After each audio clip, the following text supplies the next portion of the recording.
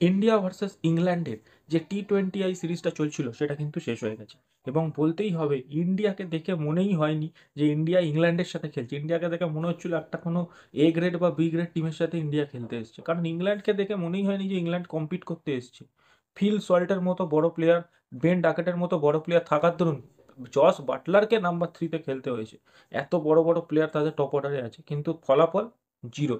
Phil Salt তো মনে হয় খেলা ভুলে গেছে, কারণ ফিল সল্টকে যে রূপে আমরা ইন্ডিয়ার পিচগুলোতেই দেখেছিলাম আইপিএলে, তার সিকিভাগও দেখতে পাইনি এই সিরিজটাতে। ফিল সল্ট হয়তো আরসিবি সাইন করার পর খেলার টেকনিকটা কিছু একটা ভুলে গেছে, হয়তো এটা হতে পারে, এটা একটা জোক বললাম, কিন্তু হতে পারে ফিল সল্ট আরসিবি সাইন করার পর আর খেলতে পারছে না। বাট অপরদিকে যদি আমি দেখি, জেকব বেথেলের মতো প্লেয়ার, লিয়াম লিভিংস্টোনের মতো প্লেয়ার, হ্যারি ব্রুকের মতো ও ভালো কথা, হ্যারি ব্রুক তো বল দেখতে পাচ্ছিল না সিরিজটাতে। হ্যারি ব্রুক তো মানে একটু প্রবলেম হচ্ছিল, কারণ কুয়াশা পড়ছিল প্রত্যেকটা মাঠেই। ইডেন গার্ডেনে কুয়াশাটা পড়েছিল, বাট প্রত্যেকটা মাঠেই হয়তো প্রবলেম হয়েছিল। বাট খেলতে পারেনি, বল ঘুরে যাচ্ছে। তো এইরকম টিম নিয়ে ইংল্যান্ড এসেছিল, সবাই সুপারস্টার প্লেয়ার, কিন্তু পারফরমেন্স কারোর থেকে পাইনি। অপরদিকে যদি ইন্ডিয়ান টিমের কথা বলি, ইন্ডিয়া যে অ্যাপ্রোচটা নিয়েছে, গৌতম গম্ভীরকে আমরা হাজারবার ক্রিটিসাইজ করতে পারি, তার টেস্টে ফলাফল বাজে, ঘরের মাঠে ফলাফল বাজে, ওয়ানডেতে ফলাফল বাজে, কিন্তু যখন সে টি-20 টিমটাকে কোচিং করাচ্ছে, এটা কিন্তু দেখবার মতো। কারণ সে সম্পূর্ণ একটা আলাদা অ্যাপ্রোচ নিয়েছে। রবি শাস্ত্রীর আমলে দেখুন, তার আগে যদি চলে যান ডাঙ্কান ফ্লেচারের আমলে দেখুন, বা তারপরে যদি আসেন রাহুল দ্রাবিড়ের আমলে দেখুন, খেলার যে টেকনিকটা ইন্ডিয়ার, যে টি-20 খেলার টেকনিকটা, সেটা কিন্তু একটা দেখে মনে হতো যে আমরা ওয়ানডের একটা এক্সটেনশন টিম টি-20তে খেলাচ্ছি। কেন বললাম? কারণ ওয়ানডেরই প্লেয়াররা টি-20 খেলতো, শুধু একটা দুটো আইপিএল থেকে সুপারস্টার প্লেয়ারকে নিতাম বা এদিক ওদিক করে দুটো অ্যাগ্রেসিভ প্লেয়ারকে ফিটিং করিয়ে আমরা টিমটাকে খেলাতাম, যাতে করে আমরা হয়তো 2024-এর কাপটা জিতেছি, কিন্তু তার আগে কিন্তু আমাদের টি-20 ক্রিকেটে একদমই সাফল্য আসেনি। আমরা অনেক চেষ্টা করলেও আসেনি। কিন্তু এইবার দেখে মনে হচ্ছে অ্যাকচুয়ালি একটা টি-20 টিম খেলতে নেমেছে ইন্ডিয়া। কারণ যবে থেকে এই টিমটা খেলছে, অনেস্টলি বলছি, সূর্যকুমার যাদবের আন্ডারে যবে থেকে এই টিমটা খেলছে, ইন্ডিয়ার সাথে কোনো টিম কম্পিটই করতে পারেনি। সেটা সাউথ আফ্রিকা হোক, সেটা ইংল্যান্ড হোক, এবং টু অ্যান এক্সটেন্ট যদি আপনি বলেন, আগের বছর যদি মনে থাকে তাকে আপনাদের, যেটা হয়েছিল 2023-এর যে ওয়ার্ল্ড কাপটা হয়েছিল, তারপরেই ইন্ডিয়া কিন্তু অস্ট্রেলিয়ার বিরুদ্ধে একটা টি-20 সিরিজ খেলেছে। সেখানেও কিন্তু ইন্ডিয়াকে দেখে অন্তত মনে হচ্ছে না যে কেউ ইন্ডিয়াকে হারাতে পারবে। কারণ ইন্ডিয়া সম্পূর্ণ একটা সেপারেট টিম খেলাচ্ছে, যে টিমটা শুধুমাত্র পার্টিসিপেট করছে টি-20-তে। এই টিমের মধ্যে যদি জাসপ্রীত বুমরা চলে আসে, বা আর্শদীপ জাসপ্রীত বুমরা যদি চলে আসে, তাহলে টিমটা আরও খতরনাক হয়ে যাবে। কিন্তু এখন টিমটা যেরকম খেলছে উইদাউট বুমরা, তাতেও কিন্তু আমরা বলতে পারি টিমটা কিন্তু ওয়েল অ্যান্ড গুড, এবং যে কোনো টিমকে যে কোনো দিন হারিয়ে দেওয়ার ক্ষমতা রাখে। বিশেষ করে অ্যাপ্রোচটা, যে উইকেট পড়লেও আমরা মেরেই খেলবো। আর এটাকে জাস্টিফাই করছে কিছু কিছু প্লেয়ার, লাইক অভিষেক শর্মা, যার এরকম অ্যাগ্রেসিভ স্টার্ট, মানে ওপেনার এরকমই হবে টি-20তে, অ্যাগ্রেসিভ। এই সিরিজটায় হয়তো আমার অনেক প্রত্যাশা ছিল সঞ্জু স্যামসনের থেকে, কিন্তু সঞ্জু স্যামসন ফ্লপ হয়েছে এই সিরিজটা। ইনস্পাইট অফ দ্যাট আমি অন্তত বলবো যে সঞ্জু স্যামসনকে খেলিয়ে যাওয়া উচিত, কন্টিনিউ করে যাওয়া উচিত, কারণ সঞ্জু স্যামসন কিন্তু এই সিরিজটার আগে যে কটা সিরিজ হয়েছে সে কটাতে টপ নচ পারফরমেন্স দিয়েছে, কোনো কথা হবে না সেই পারফরমেন্স নিয়ে। থার্ড প্লেয়ার যে আমাকে সত্যি ডিসঅ্যাপয়েন্ট করেছে ইন্ডিয়া টিমের, সেটা হলো সূর্যকুমার যাদব।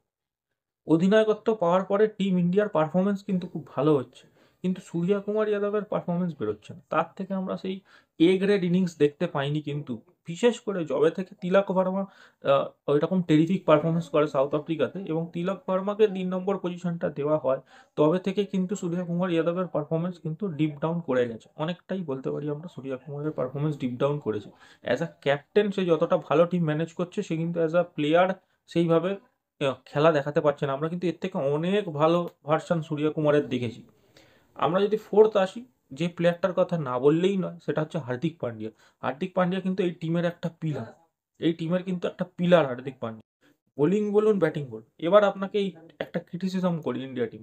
ক্রিটিসিজমটা হলো, ইন্ডিয়া কিন্তু এই যে সিরিজটা খেলেছে, এখানে কিন্তু একটা ডিসব্যালেন্স টিম খেলিয়েছে প্রত্যেকটা ম্যাচ। টিমটা ডিসব্যালেন্স কেন বলছি? স্পিনার খেলতো, ফাস্ট বোলার একটা খেলতো, এবং তার সাথে হার্দিক পান্ডিয়া বোলিং করতো। তো একটা ডিসব্যালেন্স টিমই আমি বলতে পারি। আর মাঝখানে তো রিঙ্কু সিং চোট পেয়ে গিয়ে ধ্রুব জুরেল 8 নম্বরে ব্যাটিং নেবে, সে যাচ্ছে তাই ব্যাপার হয়ে ম্যাচটা হেরেই গেল ইন্ডিয়া। কিন্তু এই যে পুরো ব্যাপারটা, যে একটা ফাস্ট বোলার নিয়ে খেলা, এটা কিন্তু ঠিক নয়। যতই ইন্ডিয়া জিতুক তবুও এটার ক্রিটিসিজম করবো, কারণ দুটো ফাস্ট বোলার লাগবেই। দুটো ফাস্ট বোলার লাগবে, হার্দিকের ওপর রিলাই করা ঠিক না, কিন্তু হার্দিক যতটুকু চান্স পেয়েছে সে কিন্তু নিজের দিকটা জাস্টিফাই করেছে। এবং আমরা যদি এটাও বলি যে হার্দিক পান্ডিয়ার ব্যাটিং, সে কিন্তু যে ম্যাচটা ইন্ডিয়া হেরেছে সেই ম্যাচটাও একাদমে নিয়ে চলে গেছিল লাস্ট অব্দি, শুধুমাত্র একটু এলিভেশনের প্রবলেম হয়ে যাওয়ায় সেই ম্যাচটা সে ফিনিশ করতে পারেনি, বাট সে কিন্তু ক্লোজ নিয়ে গেছিল একাদমে। এবং লাস্টের দুটো ম্যাচ তো দেখলাম, মানে কি বলবো, হার্দিক পান্ডিয়া টেরিফিক টেরিফিক, এটা নিয়ে কোনো কথা হবে না। আর একটা প্লেয়ার যার কথা না বললেই না, কন্ট্রোভার্সি যার পিছু ছাড়ছে না, সেই প্লেয়ারটার নাম হচ্ছে হর্ষিত রানা। মানে ফোর্থ ম্যাচে, যখনও ম্যাচ ডিসাইড হয়নি, সিরিজ 2-1 টাই, ফোর্থ ম্যাচে শিবম দুবে ব্যাটিং করতে নামে এবং ব্যাটিংয়ে 50 করে। 50 করার পর কি হয়, শিবম দুবের মাথায় লাস্ট ওভারে, ঠিক লাস্ট বলের আগের বলে মাথায় একটা বল লাগে এবং তারপর সে ইনিংস শেষ হয়। তারপরে কনকাশন সাব যে নেওয়া যায়, মাথায় কারোর লাগলে কনকাশনের জন্য একটা সাবস্টিটিউট প্লেয়ার নামানো হয়। সেই সাবস্টিটিউট প্লেয়ার হিসাবে শিবম দুবের পরিবর্তে নামায় হচ্ছে হর্ষিত রানাকে, এবং হর্ষিত রানা 3টে উইকেট নিয়ে ম্যাচটা শেষ করে দেয় ইংল্যান্ডের জন্য। এই নিয়ে কন্ট্রোভার্সি শুরু হয়ে গেছে। আপনাদের কি মতামত কমেন্টে জানান। তবে আমার আমার যদি পার্সোনাল মতামত বলেন, এটা এটা মানে জাস্টিফাই করা যায় না। তার কারণ শিবম দুবের বোলিং আমরা আইপিএলে দেখেছি, মোটেই মানে হর্ষিত রানা তো নয়। আর ইন্ডিয়া টিমও বলি, মানে এই জিনিসটা করবার দরকারই ছিল না যদি দুটো ফাস্ট বোলার খেলতো। মানে দুটো ফাস্ট বোলার খেলাবো না, এই জেদটা ধরে নিয়েছিল ইন্ডিয়া। আর্শদীপকে খেলাবো, নইলে স্বামীকে খেলাবো, দুজন একসাথে খেলবে না। আমরা সিরিজ শুরু হওয়ার আগে ভাবছিলাম দুজন খেলবে, থার্ড হর্ষিত রানা খেলতে পারে, নাও খেলতে পারে, কিন্তু দেখা গেল কি দুজনের মধ্যেও একজন খেলছে, আমরা 3টে স্পিনার খেলাচ্ছি। অক্ষর প্যাটেলের মতো প্লেয়ার পুরো আনইউটিলাইজড গেছে এই সিরিজটাতে। কারণ অক্ষর প্যাটেল ভালো ব্যাটিং করে, কিন্তু তার ব্যাটিংই আসছে 8 নম্বর 9 নম্বরে। সো তার ব্যাটিং দেখানোর জায়গা নেই। আর বোলিংয়ে এত অপশন হয়ে গেছে যে সে 2 ওভার 3 ওভার করে বোলিং পাচ্ছে, তো তার সেখানে কোনো জায়গা নেই। রবি বিষ্ণই ভালো অপশন। যার কথা না বললেই নয় সেটা হলো বরুণ চক্রবর্তী। বরুণ চক্রবর্তীর কথা যদি আমি বলি, সিরিজে 5 ম্যাচে 138 রান দিয়েছে মাত্র, এবং তার পরিবর্তে সে 14খানা উইকেট নিয়েছে, সিরিজ সেরা। তো বরুণ চক্রবর্তী কিন্তু স্পেশাল একটা কেস, যে কিন্তু মানে প্রতিনিয়ত সিলেক্টরদের চোখে আঙুল দিয়ে দেখিয়ে দিচ্ছে যে এইবার কিন্তু আমাকে তোমরা ফেলে রাখতে পারবে না, এইবার তোমাদের আমাকে খেলাতেই হবে ন্যাশনাল টিম, এনি ফরম্যাট। হয়তো তার ফিটনেস একটা ইস্যু, কিন্তু তার যে লেভেলের এখন বোলিং চলছে, তাকে কিন্তু মানে কেউ খেলতে পারছে না, এটা কিন্তু বলতেই হবে। বরুণ চক্রবর্তী কিন্তু একটা বড় ট্রাম্প কার্ড। ইন্ডিয়া হয়তো চ্যাম্পিয়ন্স ট্রফিতে তাকে কনসিডার করেনি, বাট এর পরবর্তী কোনো টুর্নামেন্টে তাকে ইগনোরও ইন্ডিয়া টিম করতে পারবে না, কারণ বরুণ চক্রবর্তীর যে লেভেলটা দেখাচ্ছে, 5 ম্যাচে 14 উইকেট, যেখানে ইংল্যান্ডের হয়ে 4 ম্যাচে মাত্র 9টা উইকেট নিতে পেরেছে ব্রাইডন কার্স, যে কিনা ইংল্যান্ডের হয়ে সর্বোচ্চ উইকেট টেকার। তো এখানে ডিফারেন্সটা বুঝতে পারছে না, ইন্ডিয়ার টপ উইকেট টেকার আর ইংল্যান্ডের টপ উইকেট টেকারের মধ্যে গ্যাপটা কতটা। এই গ্যাপটা পুরোপুরি ক্রিয়েট করেছে বরুণ চক্রবর্তী, কারণ ইন্ডিয়ার আর কারোর মানে ইন্ডিয়ার এর পরে সেকেন্ড যদি হাইয়েস্ট উইকেট টেকার হয় সেটা অক্ষর প্যাটেল, যার 6টা উইকেট আছে, আর তার প্রায় ডবলের বেশি উইকেট বরুণ চক্রবর্তী একা নিয়েছে। তো বরুণ চক্রবর্তী কিন্তু একটা স্পেশাল কেস ইন্ডিয়ার জন্য, এটা কিন্তু কনসিডার করতেই হবে। যেগুলো ডিসঅ্যাপয়েন্টমেন্ট বললাম, সূর্যকুমার যাদব, সঞ্জু স্যামসন অবশ্যই আমাকে ডিসঅ্যাপয়েন্ট করেছে, কারণ এই সিরিজ থেকে তাদের থেকে অনেক বেশি আশা ছিল, তারা পূরণ করেনি। যার কথা না বললেই নয় সেটা হচ্ছে অভিষেক শর্মা। যুবরাজ সিং তার অবশ্যই একটা মেন্টর ছিল আমরা জানি, এবং ব্রেন লারা তাকে খেলিয়েছে সানরাইজার্সে। এটা কিন্তু মাস্টার স্ট্রোক ছিল সানরাইজার্সের, অভিষেক শর্মাকে ওপেন করানো T20-তে। কারণ অভিষেক শর্মার যা লেভেল, যা খেলেছে ফিফথ ম্যাচটা, মানে তাকে দেখে মনে হয়েছে সে ছিনিমিনি খেলছে ইংল্যান্ডের বোলারগুলো, যেই আসছে তাকেই মারছে। Off side, leg side, straight drive, step out, ব্যাকফুটে যা পেরেছে মেরেছে। আদিল রাশিদ মনে হয় লাস্টের দিকে ভয় পেয়ে গেছিল, মানে অভিষেক শর্মা ছিনিমিনি খেলেছে। মানে আরেকটু যদি পেশেন্স থাকতো 150 করে দিতে পারতো। ইন্ডিয়ার হয়ে হায়েস্ট ইন্ডিভিজুয়াল রান করে দিয়েছে অভিষেক শর্মা। সো বলতেই হচ্ছে অভিষেক শর্মা কিন্তু একটা বিগ বিগ পজিটিভ এই সিরিজটা। এবং আমি রিকোয়েস্ট করবো ইন্ডিয়ান সিলেক্টরদের এবং মিডিয়াকে এবং প্রত্যেকটা যত বড় বড় ক্রিকেট এক্সপার্ট আছে, কেউ যেন এই অভিষেক শর্মা সঞ্জু স্যামসনের জুটিটা থেকে মুখ না ফিরিয়ে নেয়। একটা সিরিজ একটা ম্যাচ খারাপ যেতে পারে, কিন্তু এদেরকে ব্যাক করা উচিত। এদের দম আছে সেই লেভেলের মানে অ্যাগ্রেসিভ প্লেয়ার হওয়ার। আমরা একটা সময় আইপিএলে সবাই ফ্যান্টাসাইজ করতাম ডেভিড ওয়ার্নার আর ব্র্যান্ডন ম্যাককালাম যদি এক টিমে খেলে। তো সেই রকম লেভেল কিন্তু ক্রিয়েট করার এদের মধ্যে ক্ষমতা আছে, সেই অ্যাগ্রেশন ক্রিয়েট করার ক্ষমতা কিন্তু এদের মধ্যে আছে। তো এদেরকে কিন্তু ব্যাক করা খুব খুব জরুরি। একটা সিরিজ খারাপ গেছে বলে সঞ্জুকে ড্রপ করে আবার আমরা সেই শুভমান গিলকে ঢুকিয়ে দিলাম বা কোনো একটা এমন প্লেয়ার ঢুকিয়ে দিলাম যাকে জাস্টিফাই করতে আরও দুটো সিরিজ চলে যাবে, এটা যেন না হয়।